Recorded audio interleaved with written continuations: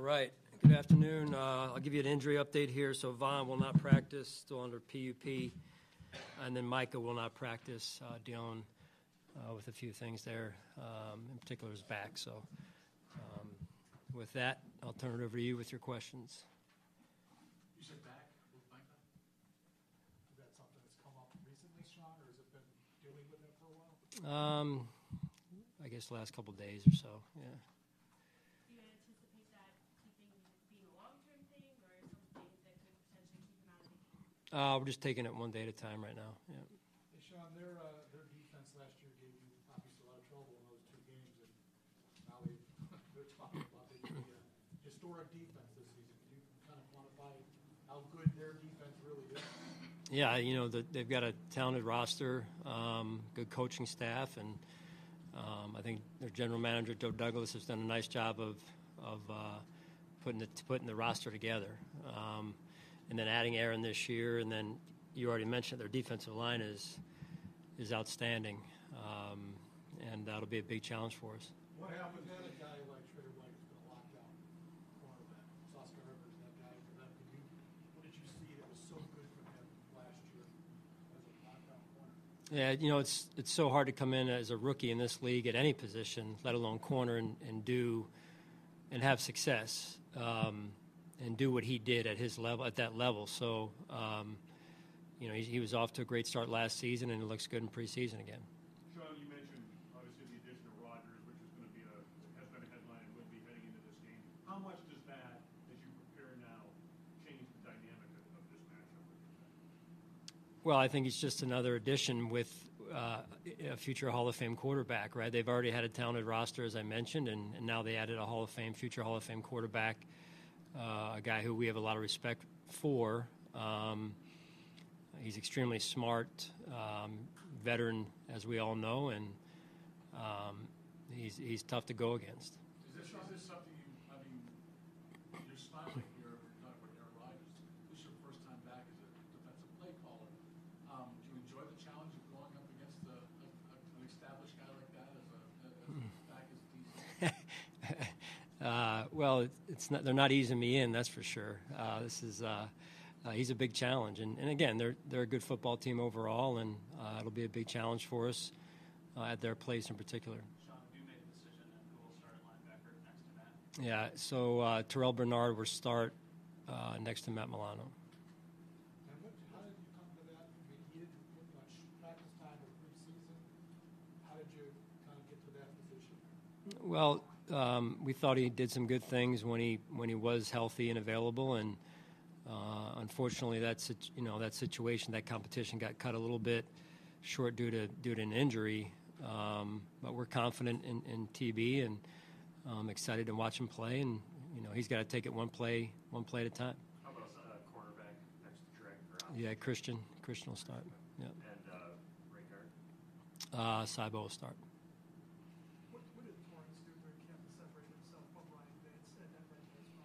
Well, I'll start with Ryan. He's a really good football player. There was nothing Ryan didn't do. It was more of Saibo coming in as a young player and, again, taking it one play at a time and having a workman-like approach to his game early on in spring and then in training camp again, and thought he handled himself well. And but just like Christian, TB and now Saibo, they're all young players that are a little bit inexperienced at this point, but we're confident in them, and they'll just take it one play at a time. It's not an individual game; it's a team game. What about Christian setting him apart to get that starting job for season 2? Again, over the course of spring and training camp, he was on his assignments. I think he contested balls and made some interceptions, made some plays on the balls as well. So, take it one play at a time. Sean, for rookie tight end, there's a lot on the plate, run and pass-wise. How is Kincaid translating more of that to doing it on the field so far preseason? Yeah, he's done a nice job. Again, he's come in and he's been in his playbook. He's in early, stays late. A real pro so far. And going back to being the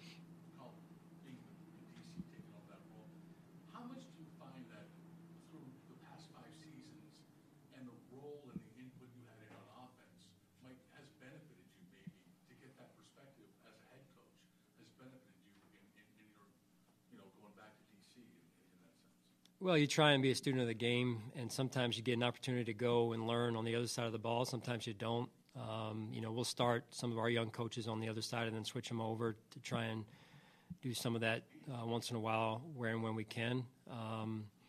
So, when I've gotten an opportunity to do that now in this seat as the head coach, I've enjoyed learning from some really good coaches on the other side of the ball and just trying to be a sponge.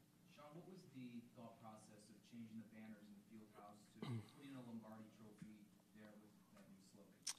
It was just really about us trying to keep our goals in front of ourselves at all times and just taking things one day at a time.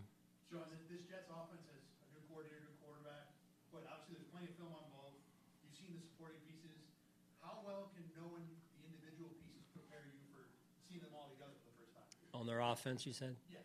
Yeah, I mean, it's there's some unknowns because there's not a whole lot on film of Aaron with Coach Hackett, and they've both been around each other, but never in the two seats that they currently occupy with the OC and the quarterback. So, it's been a little bit of a challenge for us in terms of trying to find,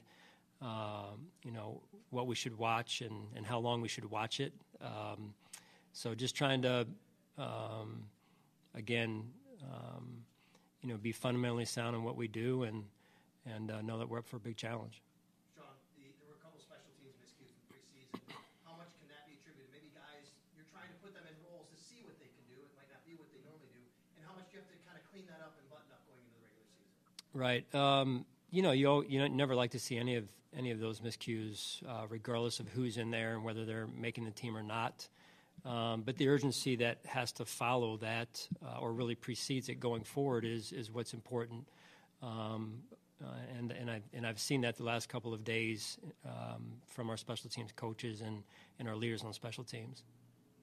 What kind of challenge for Travis not having the game experience going into week one and calling plays? I know you emphasize the communication part and the leadership part. Like, what confidence do you have in him? Has he shown that he can do that without having game experience in the preseason?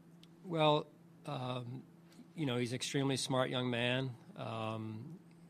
He has good football instincts. The game makes sense to him. He works extremely hard. He's got the respect of his teammates all around him. And again, it's not a individual sport. It's a team sport. So, he'll just be 1/11th of the overall operation out there. Did you guys embrace playing the Monday night game as the start of the year against a big division rival, big quarterback on the attention, or is it just another game to you guys? Well, it's the most important game for us because it's the game we're playing this week, and we have a lot of respect certainly for the Jets and their coaching staff, and it'll be pretty special to memorialize the 9/11 situation, and I remember all the people that gave their lives for this country, and so to be on the field in New York City on 9/11 I think is special, regardless if it's Monday night or whenever it is. And so we're very grateful for that opportunity.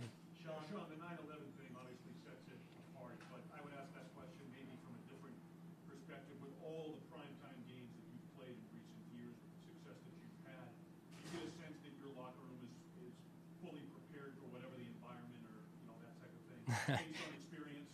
Well, we'll see. I mean, we've got some work to do this week. So it's a new team, right? It's a new team, and we've got some experienced guys, and yet we've got some inexperienced guys that are going to be playing roles for us here. So you learn a lot about your team when you go through situations like this, and so we just continue to take it 1 week at a time, and in this case, one play at a time.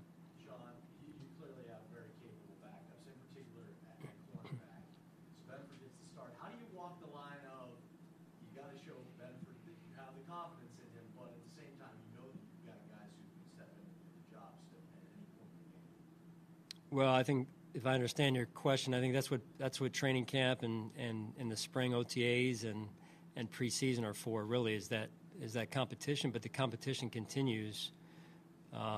It's just the nature of really the NFL, right? You take it one play at a time, and you control what you can, and you're going to go out there and you're going to have some good plays, and you're going to have unfortunately, some plays you want back, and that's just that. When you're young, you're going to have to grow on the run. Do you ever worry about a player looking over his I think it's if you're focused on the right thing, if you're focused on where you need to be, and what you need to be focused on, you don't have time to look over your shoulder. You've got to focus on what's right in front of you. Aside from the significance of 9/11 and the importance of that and it being a primetime game, how it bookends the last Monday night game, like with Damar Hamlin, possibly, however much time he plays, if he does, I mean, what the relevance of that, knowing that you went from one Monday night and here you are opening the season with Damar Hamlin being healthy on the roster. Yeah, pretty amazing. Again, extremely proud of DeMar and the work that he's put in. Incredible journey to get back to where he is currently, and just super proud of him. All right, thanks, guys.